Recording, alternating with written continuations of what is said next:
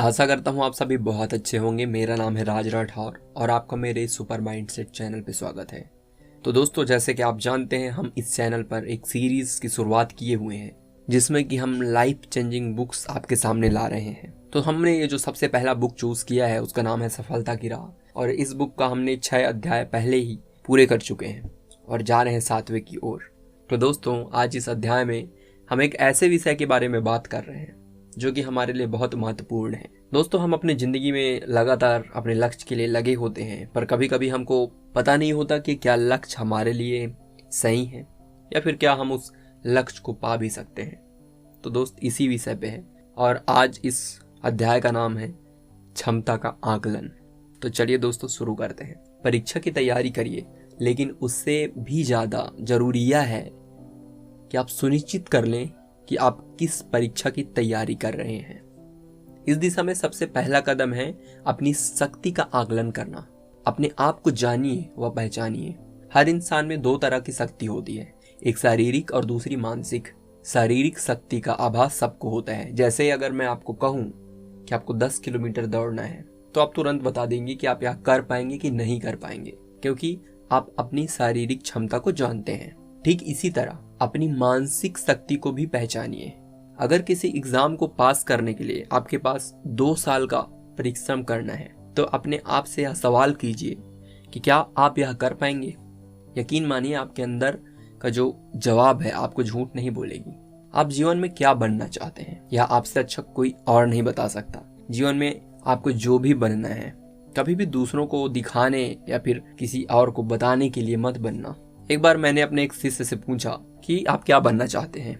उसने कहा कि मैं एक अफसर बनना चाहता हूँ, और उसका कारण यह कि मेरे पड़ोसी ने मेरे पापा को बहुत परेशान किया है और मैं अफसर बनकर बदला लेना चाहता हूँ, या दिखाना चाहता हूँ कि मैं कितना शक्तिशाली हूँ और शक्ति क्या होती है। मैंने उससे कहा, मान लो अगर एग्जाम से 6 महीने पहले आपके पड़ोसी की किसी दुर्घटना में मृत्यु हो जाए तो आप क्या करेंगे? या फिर मान लीजिए वह विदेश चला जाए, तो क्या आप अपने लक्ष्य बदल देंगे? दोस्तों, हम में से बहुत लोगों का यही हाल है। हम कुछ बनना तो चाहते हैं, लेकिन अपने सर्कल में किसी को साबित करने, किसी के लिए वह पड़ोसी हो सकता है तो किसी के लिए रिश्तेदार या फिर किसी के लिए कोई मित्र, हम शक्ति दूसरों को नुकसान पहुंचाने के लिए अर्जित करना चाहते हैं या फिर उनकी झूठी अहमियत पाने के लिए। एक अंडे को देखिए दोस्तों, अगर वह खुद ब खुद टूटता है तो उसमें से जीवन निकलता है, लेकिन अगर कोई बाहरी वस्तु उसे आकर तोड़ दे तो वहीं एक मृत्यु हो जाती है, वहां सब खत्म हो जाता है। दोस्तों, टूटता दोनों शर्तों में है, लेकिन एक में जीवन और एक में मृत्यु है। इसी तरह आप क्या बनना चाहते हैं वो आपके अंदर से आना चाहिए, और किसी भी तरह का बाहरी चीज जैसे दोस्त, समाज, रिश्तेदार वगैरह किसी भी तरह प्रभावित आपको नहीं करना चाहिए। एक बात यह भी समझिए कि जमाना बहुत तेजी से बदल रहा है। संभावना यह भी है कि आपके माता पिता की सोच आज के अनुकूल ना हो सकता है वो वर्तमान दौर को उतने अच्छे से ना समझते हों।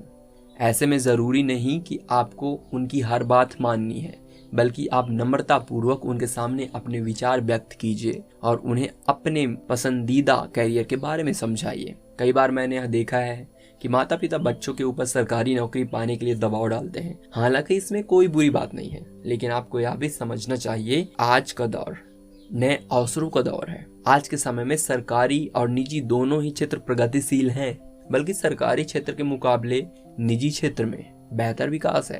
कई बार आपको लगेगा कि प्राइवेट में जॉब अपॉर्चुनिटी नहीं है, लेकिन ऐसा नहीं है दोस्त। आजकल इतने सारे प्राइवेट कंपनी की एक अच्छे कर्मचारी के लिए कहीं कमी नहीं है। यहाँ तक कि अगर आप में हुनर है तो इस कंपनी को इस बात का डर रहेगा कि आप कहीं छोड़कर ना चले जाएं। वर्तमान समय में मार्केट में राइट एटीट्यूड और टैलेंट की गंभीर समस्या है। कभी भी आप मत सोचिए कि अगर सरकारी नौकरी नहीं मिली तो आपके जीवन में आप कुछ नहीं कर पाएंगे। कुछ लोग अपना पूरा यौवन सरकारी नौकरी के एग्जाम में लगा देते हैं। दोस्त, आपको यह करना नहीं चाहिए। आप ज्यादा से ज्यादा 3 या 4 साल तैयारी करिए। अगर तब भी नहीं होता तो आप प्राइवेट में साथ साथ अवसर खोजिए। अपने आप से यह सवाल करिए कि क्या सरकारी नौकरी आपके लिए सही है? आप सरकारी नौकरी क्यों चाहते हैं? कहीं ऐसा तो नहीं कि आप अधिक मेहनत करने से बचना चाहते हैं? आपने हो सकता है बचपन में इस तरह की कई बातें सुनी हो कि सरकारी में आरामदायक और कम काम करना होता है। कहीं ऐसा तो नहीं कि आप आराम और आलस के शौकीन हैं और इसलिए आपका झुकाव वहां है?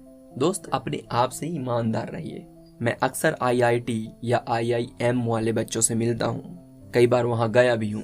आप भी मानेंगे कि यह बच्चे बहुत मेहनती और विवेकशील होते हैं। पर क्या कभी IIT या IIM का बच्चा सरकारी नौकरी के बारे में सोचता है? कभी नहीं। एक IIM में MBA करने में कम से कम 20 लाख का खर्चा आता है, जो कि काफ़ी रिस्की है। इसके बाद वह आराम से प्राइवेट नौकरी करता है और अच्छा कैरियर बनाता है। अगर प्राइवेट में इतना ही रिस्क होता तो इतने सारे MBA कॉलेज क्यों खुलते? इन कॉलेज में पढ़ने के बाद शुरू की ही सैलरी उतनी मिलते हैं जितनी आप सरकारी नौकरी में रिटायर होने तक पहुंच पाएंगे।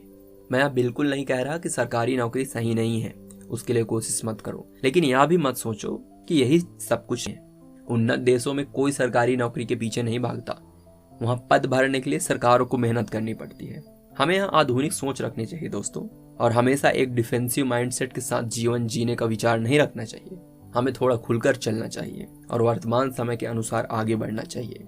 करियर के चुनाव करते समय अगर अंदर से आवाज आए तो बड़े लक्ष्य जरूर रखिए। कई बार आप कुछ बहुत बड़ा करना चाहेंगे, लेकिन निश्चित नहीं होंगे कि क्या आप वहां तक पहुंच भी पाएंगे या नहीं। एक विरोधाभास आपके अंदर हो सकता है। उदाहरण के तौर पर, अगर आपको लगता है कि IAS आप बनना चाहते हैं, पर कहीं ना कहीं आपकी क्षमता पर शंका है, तो एक सूत्र याद रखिए, कुछ लक्ष्य इतने उत्कृष्ट होते हैं कि उनको पाने के प्रयास में मिली हुई विफलता भी महान होती है दोस्त। इसलिए प्रयास जरूर करिए।